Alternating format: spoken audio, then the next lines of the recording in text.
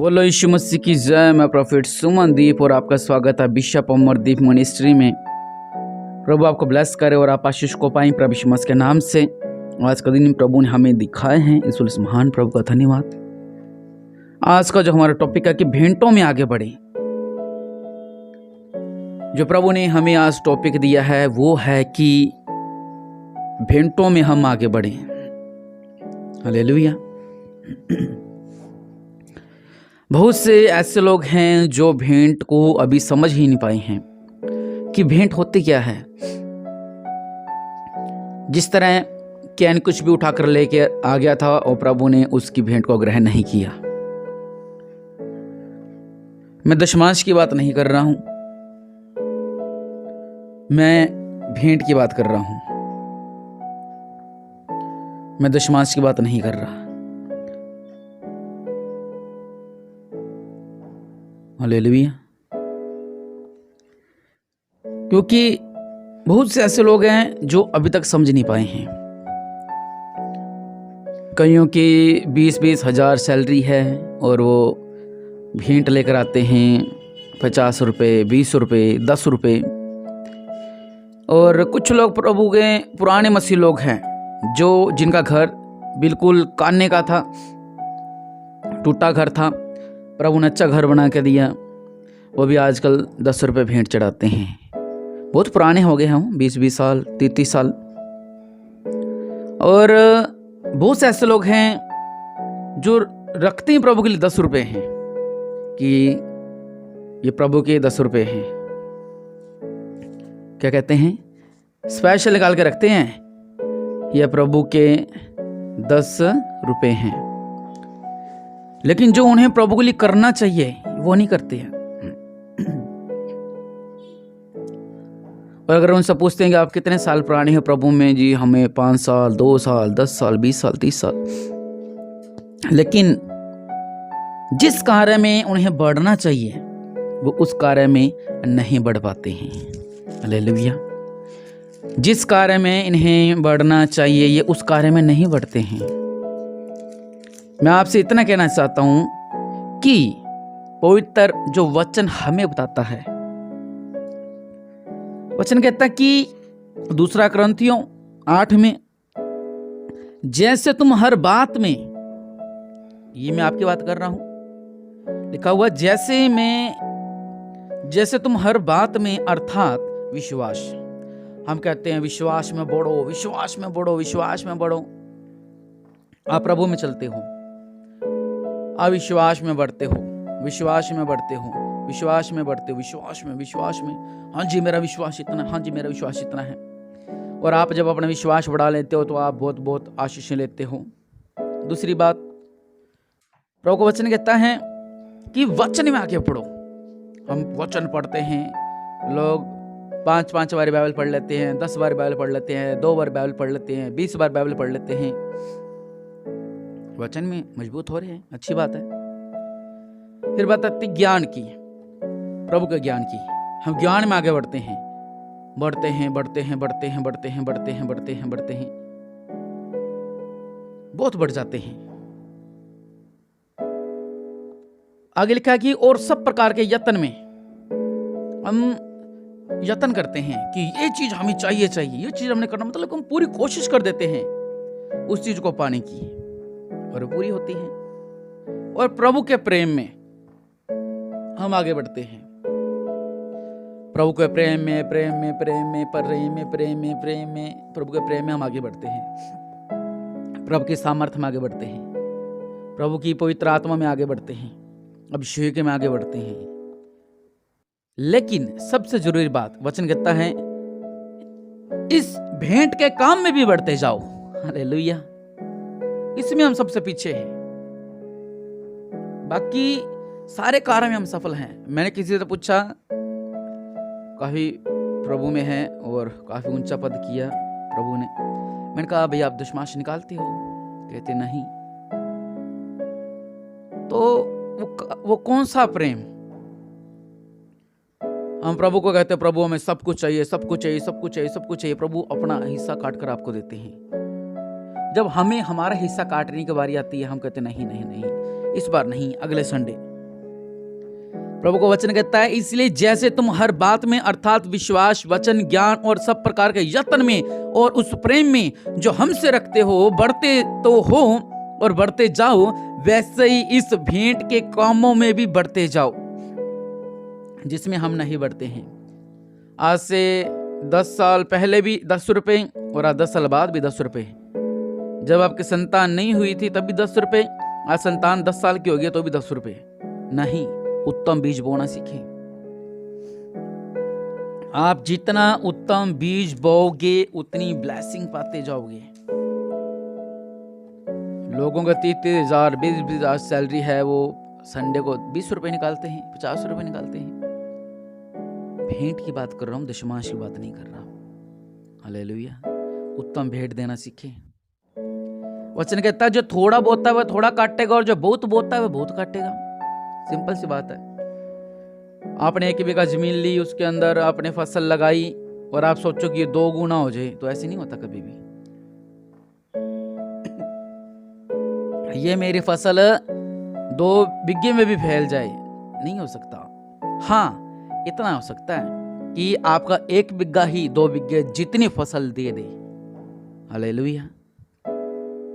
उसी में आशीष, जो आपकी चीज है उसी में आशीष। जो थोड़ा बोता है वो थोड़ा काटेगा, जो बहुत बोता है बहुत काटेगा।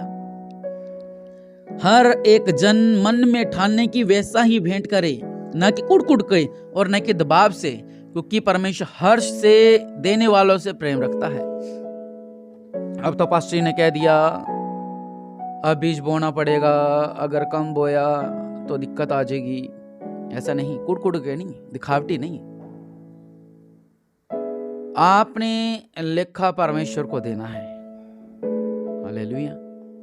अगर ये भेंट वाली बात ना आती तो ऐसी यहाँ पर कोई बात ना आती। वहां पर वचन कह रहा है कि वैसे उसमें भी बढ़ते जाओ। जैसे आप हर काम में बढ़ रहे हो वैसे भेंटों में भी बढ़ते जाओ। आशीषों में बढ़ रहे हो, वचनों में बढ़ रहे हो, हर एक काम में आप बढ़ रहे हो, लेकिन सबसे जरूरी बात उसमें भी आप बढ़ते जाओ, ताकि परमेश्वर आपके जीवनों में अद्भुत कार्य करे। हालेलुया। वचन कहता है कि परमेश्वर सब प्रकार का अनुग्रह तुम्हें बहुताई से दे सकता है, जिससे हर बात में और हर समय सब कुछ और तुम्हें आवश्यक हो तुम्हारे पास रहे और हर एक भले काम के लिए तुम्हारे पास बहुत कुछ हो, जैसा लिखा है। उसने बेखेरा, उसने कंगालों को दिया, जो बोने वाले को बीज और भोजन के लिए रोटी देता है, वह तुम्हें बीज देगा जिसे फलवंत करेगा और तुम्हारे धर्म के फलों को बढ़ाएगा। हालेलुया। वचन क्या कह रहे हैं? प्रभु बीज देते हैं, वही फुलाते हैं, वही बढ़ाते हैं। आपके घर में पैसा देने वाला परमेश्वर, आपके घर में ब्लेसिंग देने वाला परमेश्वर, आपके बिजनेस में ब्लेसिंग देने वाले परमेश्वर, आपके परिवार में ब्लेसिंग देने वाले परमेश्वर, आपके बच्चों के बिजनेस में फलवंत करने वाले परमेश्वर, जिस काम में आप हाथ लगाते हो उनमें सफल करने वाले परमेश्वर, जब आप मांगते हो आपको देने वाले वो हैं परमेश्वर।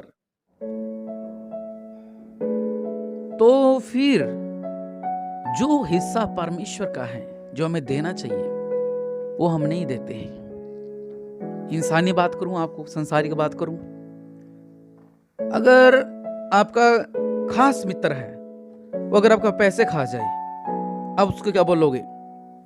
गद्दार। फिर आप उसके बाद कुछ टाइम के बाद आप उसकी बुराई करना शुरू कर दोगे मित्रों के पास। लेकिन कुछ समय पहले वो आपका खास से खास मित्र था, लेकिन जब आपको पता लगे मेरा हक खा रहा है, ये मेरा पैसा खा रहा है और वो मुझे पता भी नहीं था, तो आपको कैसा लगेगा? आप आग बुलबुले हो जाओगे और आप पूरे गुस्से से लाल हो जाओगे कि मैं जिसको भाई समझता था वो मेरे साथ गद्दारी कर गया। हालेलुया। एकदम से। लेकिन आप परमेश्वर का हक खाते हो, आप परमेश्वर का हिस्सा खाते हो, तो क्या परमेश्वर को गुस्सा नहीं आता? अगर दशमांश की बात करें, परमेश्वर कहते हैं कि तुम मुझे लूटते हो। साफ साफ लिखा है, कोई पर्दा नहीं, सीधा लिखा है। दशमांश की चोरी, भेंटों की चोरी। आप किनके लिए बीजते हो? आप समझ रहे इस बात को? आप चर्च को नहीं दे रहे हो, आप किसी पास्टर को नहीं दे रहे हो, आप किसी प्रॉफिट को नहीं दे रहे हो, आप किसी को नहीं दे रहे हो जो आप चर्च में बीज बो रहे हो। आप वो बीज अपने लिए बीज रहे हो, वो फसल आप अपने लिए लगा रहे हो। हमारे क्या है, हमें तो प्रार्थना करनी है प्रभु के नाम से। वो लगेगा क्या? सुखपाल सिंह ने जी 10 रुपए दिए फसल के लिए।